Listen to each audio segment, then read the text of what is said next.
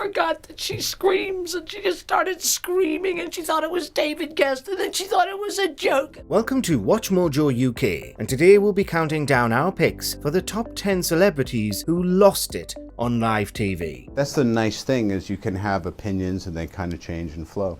Before we begin, we publish new content every day, so be sure to subscribe to our channel and ring the bell to get notified about our latest videos. For this list, we're looking at all the times celebrities couldn't keep it together on British TV for various reasons. Let us know in the comments if you caught any of these live. Number 10. Gillian McKeith. She lost her sanity, her credibility, and even lost consciousness at one point, depending on who you believe, that is. Public have decided the person they want to see face the live Bush Tucker trial is... Gillian. Nutritionist Gillian McKeith, who's not legally allowed to call herself Dr. Gillian McKeith anymore, became the public's favourite person to torture during her time on I'm a Celebrity. After being voted to do yet another live Bush Tucker trial, all because she was so bad at them, Gillian collapsed and was allowed to skip the trial on medical grounds. Good luck, Gillian. Come here.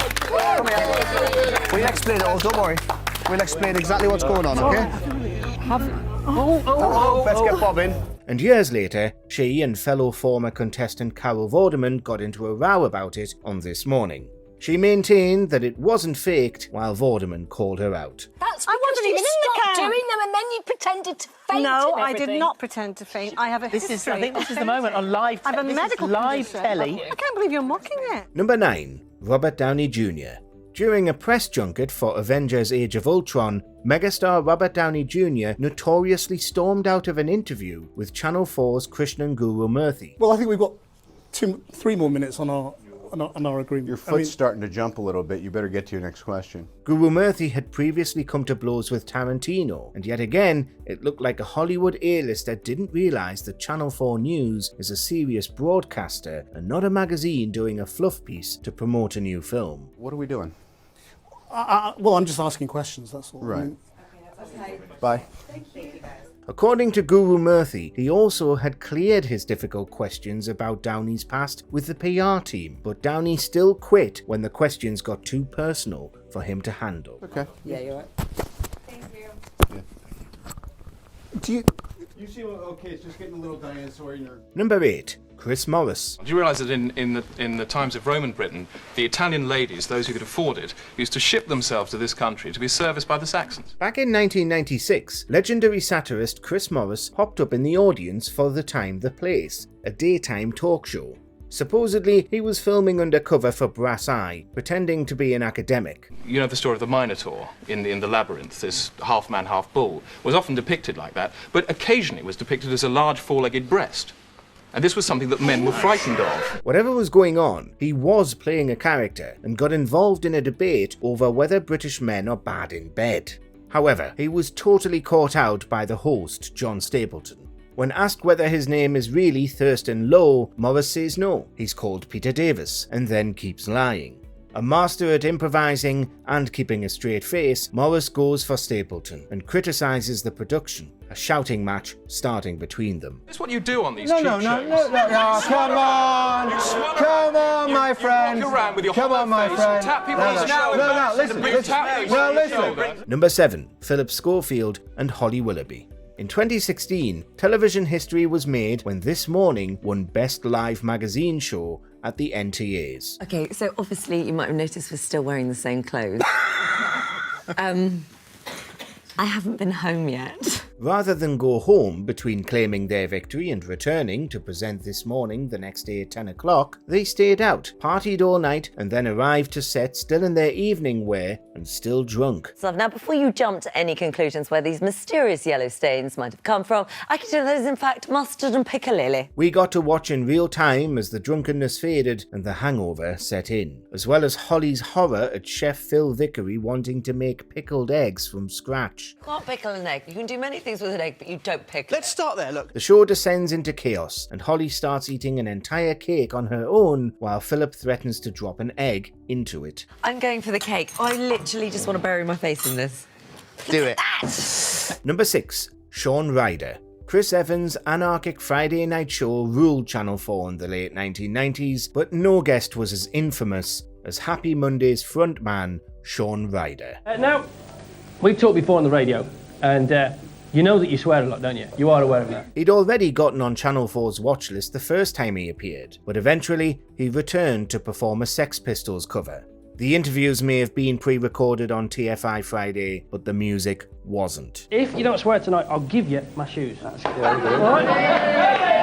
Ryder swore over and over again during his rendition of Pretty Vacant and was subsequently banned by Channel 4 from ever appearing live on any of its shows again. However, this ban was apparently retracted 20 years later.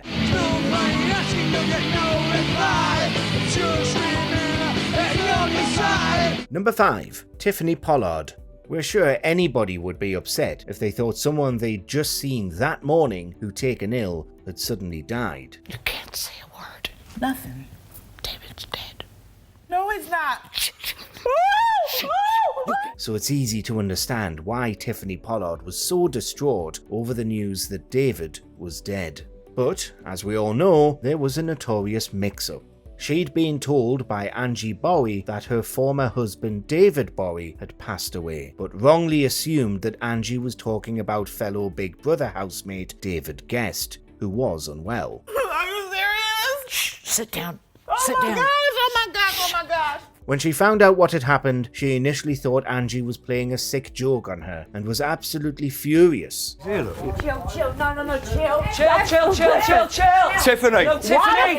Why she do that Tiffany. to me? The misunderstanding was worked out eventually, though.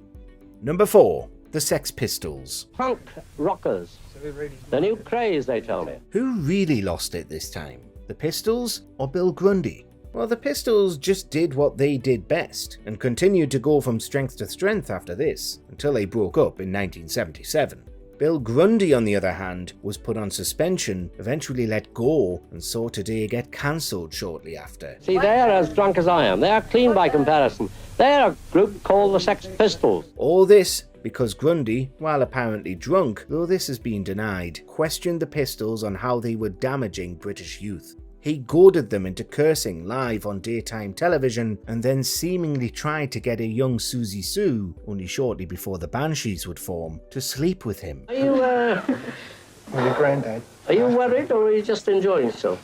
Enjoying myself. Are you? Yeah. That's what I thought you were doing. Steve Jones wasn't happy with that, and the interview ended in chaos. We'll meet afterwards, shall we?